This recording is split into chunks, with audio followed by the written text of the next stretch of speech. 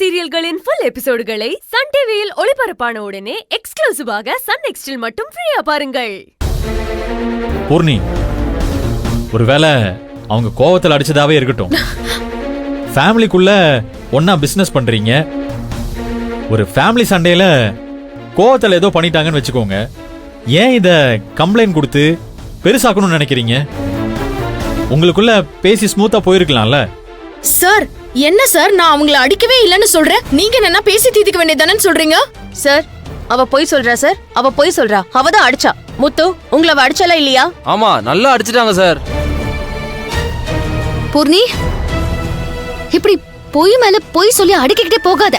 நீ இப்ப கம்ப்ளைண்ட வாபஸ் வாங்க. வாபஸ் வாங்கணுமா? எதுக்கு வாங்கணும்? நீங்க பாட்டுக்கு உள்ள வருவீங்க, சண்டை போடுவீங்க, கட்டை எடுத்து அடிச்சிட்டு போவீங்க.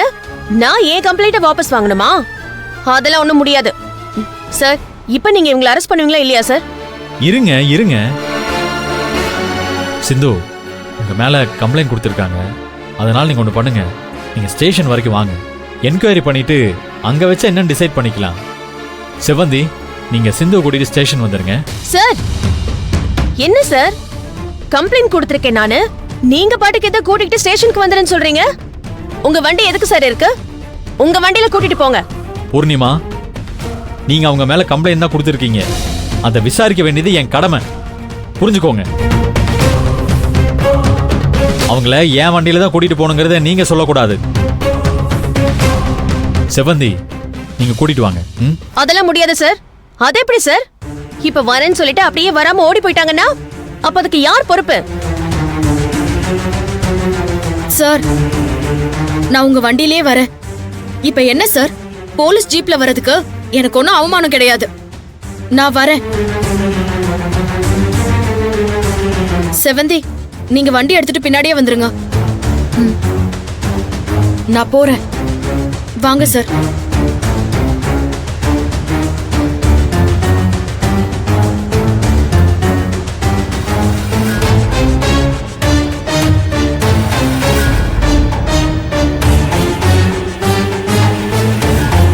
சிந்து,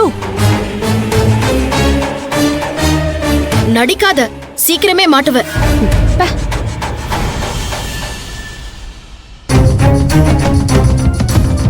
நம்மளும் ஸ்டேஷனுக்கு போவோம். இவ்வளவு கையோட ஏதாவது பண்ணி உள்ள போட்டாதான் உண்டு. வாங்க போலாம். ஓகே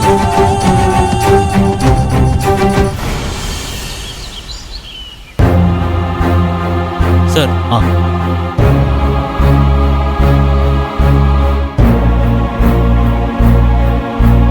சிந்து, உட்காருங்க. பரவாயில்ல சார். உட்காருங்க சிந்து, பரவாயில்ல சார்.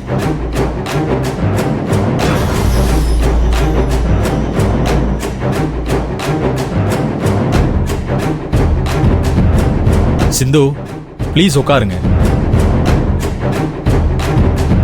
சார், அவ மேல நான் கம்ப்ளைண்ட் கொடுத்திருக்கேன். கூட்டிட்டு வந்து உட்கார வச்சு சாப்பாடு போட போறீங்க? இங்க பாருங்க, கம்ப்ளைண்ட் கொடுத்துருக்கீங்க, விசாரிக்கிறதுக்கு தான் வர சொல்லியிருக்கோம். இது ஒன்றும் ஸ்கூல் கிடையாது நிக்க வச்சு விசாரிக்கிறதுக்கு. சிந்து, உட்காருங்க ப்ளீஸ்.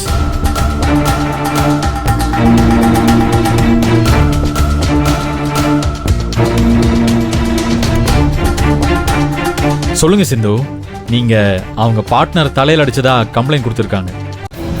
உண்மையிலே என்னதான் நடந்துச்சு? நீங்க எதுக்காக அங்க போனீங்க? சார், நாங்க அப்பத்தா கைமனோங்கிற பேர்ல ஏற்கனவே பிசினஸ் பண்ணிட்டு இருக்கோம்.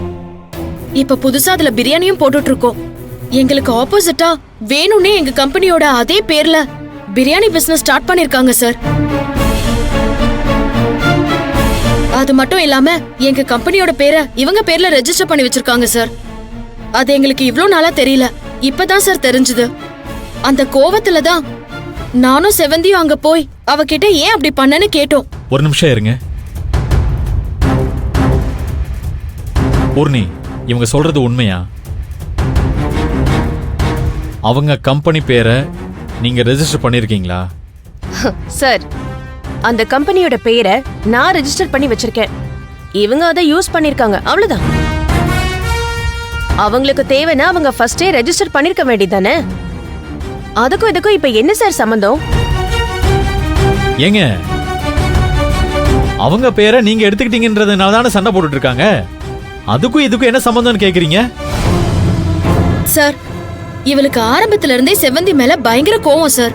செவந்தி எதை பண்ணாலும் அவங்களுக்கு அகேன்ஸ்டா இவங்களும் ஒண்ணு பண்ணுவாங்க சார்.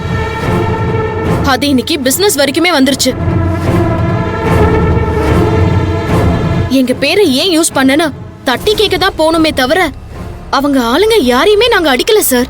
சார், அடிக்காமல இவர் மண்டை உடைஞ்சிருக்கு. ஏங்க, அடி வாங்கிட்டு இப்படி நின்னுட்டு இருக்கீங்க? வெக்கமா இல்ல?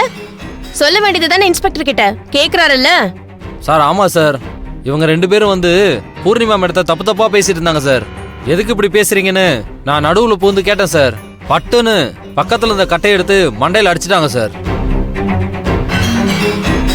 அப்போ நீ உள்ள பூந்து நியாயத்தை தட்டி கேட்ட, அவங்க உன்ன கட்டை எடுத்து அடிச்சிட்டாங்க, அப்படிதானே? ஆமா சார். நீ நியாயத்தை தட்டி கேட்கிறவன். இர்ரா, உன்னை கரெக்டா தட்டினா எல்லாம் சரியா போயிடும். சார், என்ன சார் நீங்க அடி வாங்கினவரை எதுக்கு சார் மிரட்டிக்கிட்டு இருக்கீங்க? ஏற்கனவே நீங்க அவங்க மேல ஆக்ஷன் எடுத்திருக்கீங்க. அதுக்காக ஒருத்தர் எப்பவுமே தப்பா பண்ணிக்கிட்டு இருப்பாங்க? அவரே பாவம் ஏதோ தலையில அடிபட்டாலும் பரவாயில்ல, நான் ஸ்டேஷன்ல வந்து கம்ப்ளைண்ட் கொடுக்கறேன்னு ஏன் கூட வந்தாரு. நீங்க என்னமோ அவரை போட்டு மிரட்டிட்டு இருக்கீங்க. ஏய், ஒழுங்கு மரியாதையா உண்மையை சொல்லிரு. நிஜமாவே அவங்க உன்னை அடிச்சாங்களா? ஆமா சார், அடிச்சாங்க சார். எதில் அடிச்சாங்க? ஒரு மூங்கில் கட்டையால அடிச்சாங்க சார். அந்த கட்டை கூட ஃபேக்டரியில தான் சார் இருக்கு. நீங்க வேணா அதை எடுத்து பாருங்க சார். அதுல ரத்த கரையெல்லாம் படிஞ்சிருக்கும் சார். ஓஹோ, அப்படியா?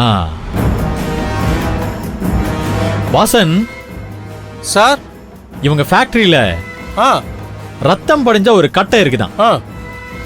அதுல தான் சிந்து வந்து இவர் அடிச்சதா சொல்றாரு. அந்த மரக்கட்டை எடுத்துட்டு வர சொல்லி ஆள் அனுப்பி விடுங்க. Okay sir. அதுல ஃபிங்கர் பிரிண்ட்ஸ் இருக்கும்ல,